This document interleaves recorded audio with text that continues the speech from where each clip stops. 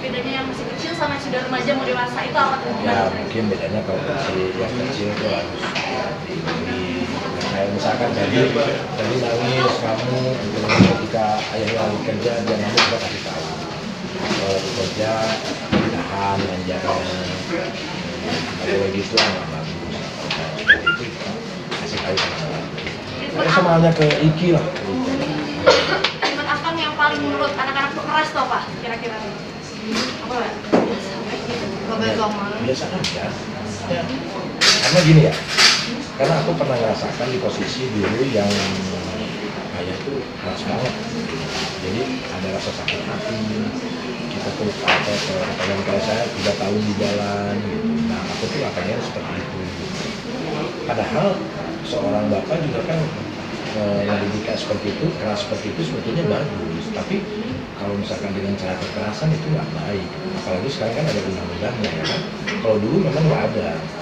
Kalau ada undang-undangnya yang artinya kita lebih aware ke anak-anak, kita lebih dekat dengan anak-anak.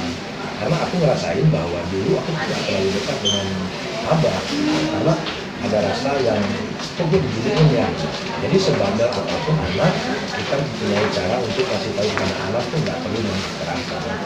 Bang Kang kan dulu nggak langsung kaya gitu kan ya Kang ya, tapi ada dulu flashback dikit. Apa sih yang pengen akang kasih ke anak atau pelan-pelan gitu atau gimana sih Kang untuk mencapai sesuatu? Ya tetap kayak Iki, Putri semua, tetap aku kasih tahu bahwa setiap manusia itu punya proses dan perjalanan.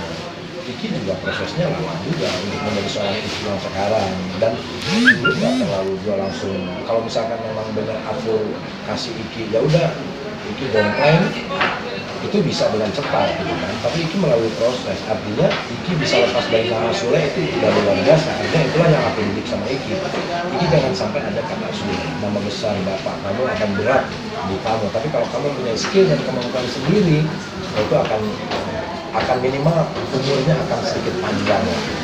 Kalau tadi mention masalah suka di jalanan sih Kang, emang sesuatu sih Kang dulu kayaknya Ya susah banget lah, susah banget dulu jauh-jauh orang tua kan, terus kita harus nyari makan sendiri. Saya ngalamin 1 hari 2 hari nggak makan gitu kan. Akhirnya dari situ juga banyak pelajaran dan bisa mengasah kemampuan. Ketika kita nggak bisa ini gimana ya caranya tanpa kita tidak mencuri, kita tidak mencoret, oh ya men kan, kita bantu orang yang ada kan. Kalau zaman dulu orang jalan bolong-bolong gitu kan, diinin renceng gitu.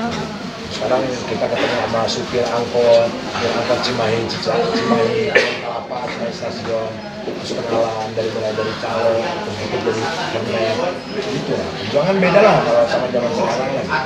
Lebih berat dulu dibanding sekarang. Kalau zaman sekarang kan enak ada yang support orang tua, ada yang lain. Kalau dulu mana? Iya, bawahnya brokat. Nah, brokatnya dia jangan berdiri sendiri, dikasih lapis chiffon. Itu ada hukuman. Atau memang itu bikin dulu gue tuh susah itu gitu. Iya, aku ngerasain ketika dulu sekolah orang bisa dibayarin sama orang tua untuk kos gitu kan. Yang ngerasain ketika ada teman-teman dari Bandung atau dari mana lah gitu kan. Sampai sekarang pun ada orang Medan, orang Jawa di rumah itu, ada orang Nigeria di rumah, si Abbas itu ya, nanti dia Januari mau ke mana ya, Argentina atau mana, Jerman apa gitu. Dia tuh ngerasain itu aja kan, maksudnya ya apa ya istilahnya Indonesia ulang kali itu apa ya? Ya emang dia susah juga ya. Maksudnya apa ya? Aku ngerasain dulu gimana sih susahnya. Gua mau makan aja susah, mau tidur aja susah, sampai tidur di jalan, angin apa gitu. Jadi itu aja sih, semua kayak Anton gitu kan, teman-teman dulu Aju di rumah ya itu. Jadi kita tuh bebas di rumah. Kalau misalnya orang Bandung, lu kalau misalkan ke Jakarta ada syuting atau apa, lu gue siapin di tempatnya buat lu gitu loh. Jadi lu minimal lu mengurangi kos dulu lah gitu. Ya budget lu makan lu nggak harus bayar, tidur nggak harus bayar. Kalau di hotel atau nggak di apartemen kan bayar. Itu aja sih intinya. Atau berarti stigma dengan orang jadi peri lah demi teman-teman itu gimana? Malaikat gitu kan? Wah jauh, kalau kamu jauh masih jauh lah. Kalau buat mereka hanya jembatan aja sih sebetulnya. Jadi masih banyak yang harus kita tolong juga. Jadi jauh lah, masih harus harus pembaharuan dalam jiwa saya ini sebagai orang baik itu kayak seperti apa. Masih belajar aja. Artinya kita banyak belajar dari pengalaman yang sudah terjalani. Kang Sule kemarin baru aja ulang tahun Ya, ya, terima Kang. kasih. Dapat surprise dari anak-anak, gimana sih perasaannya, Kang? Ya seneng lah. Ya, sebetulnya gue kan nggak kurang suka ya maksudnya kayak perayaan kayak gitu. Tapi ya namanya anak zaman sekarang ya kan. Zaman sekarang sampai aku 4 kali disurprisein sama teman-teman, sahabat, dan anak-anak. Ya seneng aja, bahagia. Itu sama sekali nggak tahu, Kang, apa pura-pura nggak tahu biar anak tetap seneng nih, Kang? Awalnya itu ngajak makan malam. Aku memang benar tahu ada emak di situ dan lain-lain. Nah itu aku ya aku juga pengen aja hadir ya kan. Aku minta sama mamanya untuk hadir. Ya, alhamdulillah akhirnya rombongan. Iya, ramai banget ya, Kang. Di ulang tahun ke-46 tahun ini ya, Kang, Ya. ya? Ada yang berbeda nggak sih, Kang? Apa lebih spesial nih? Kalau gua apa ya maksudnya ya jalanin aja, disyukurin aja.